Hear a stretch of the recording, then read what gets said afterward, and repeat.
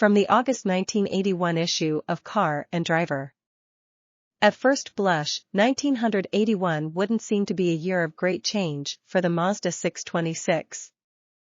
It takes the keen eye of a Mazda salesman to pick a new 626 out of a lineup from more than 10 paces, and this year's specification sheet reads like a photocopy of last year's.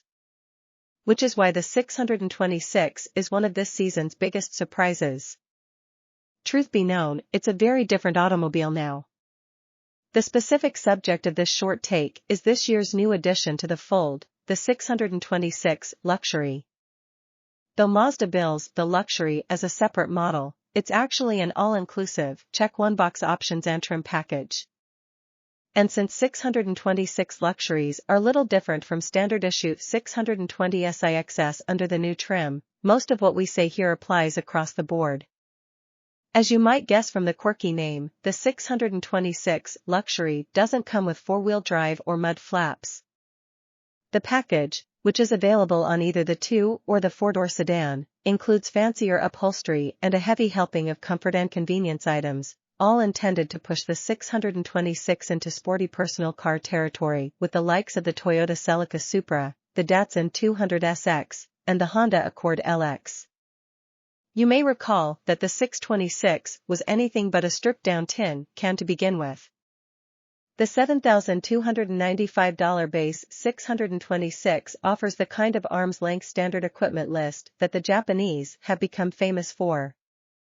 Just a sampling: handsome herringbone fabric upholstery, full instrumentation, a 5-speed manual transmission, an AM/FM stereo radio, comfortable reclining front buckets with an adjustable lumbar support and a 4-way adjustable lower cushion for the driver, an electrically operated outside mirror, intermittent wipers, a remote trunk release, and a split, folding rear seat back.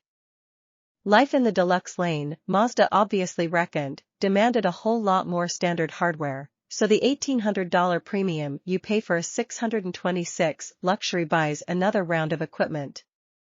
A set of 185/70 SR13 radials on aluminum wheels replaces the standard 165 SR13 tires and steel rims. Halogen headlights are plugged in up front. The passenger gets their own electric door mirror. Inside, handsome corduroy displaces the standard car's fabric. The sound system is upgraded with 2 more speakers. Other accoutrements include an adjustable steering column, power steering, power windows, an electrically operated sunroof, cruise control, map-reading lamps, a remote fuel filler door release, and more. Our car, in fact, had but one option included in its $9,685 sticker price: air conditioning. What's more, all of this good stuff is packed into an interior that rivals an Audi's for good taste and quality. Funny model name or no, the 626 Luxury still has the look of a European driver's car, right down to its 4-spoke steering wheel. While we've always liked the 626 for its continental ambience, we loved past versions for their verve. The old 626 had the feel of a half-priced BMW 320i to it. The supple suspension could keep the 626 glued down over bumps that might put some air under the wheels of a Camaro.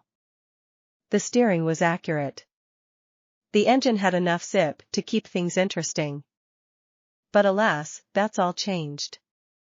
To put it bluntly, the 626 Luxury isn't much fun to drive, and only part of the problem is the luxury package.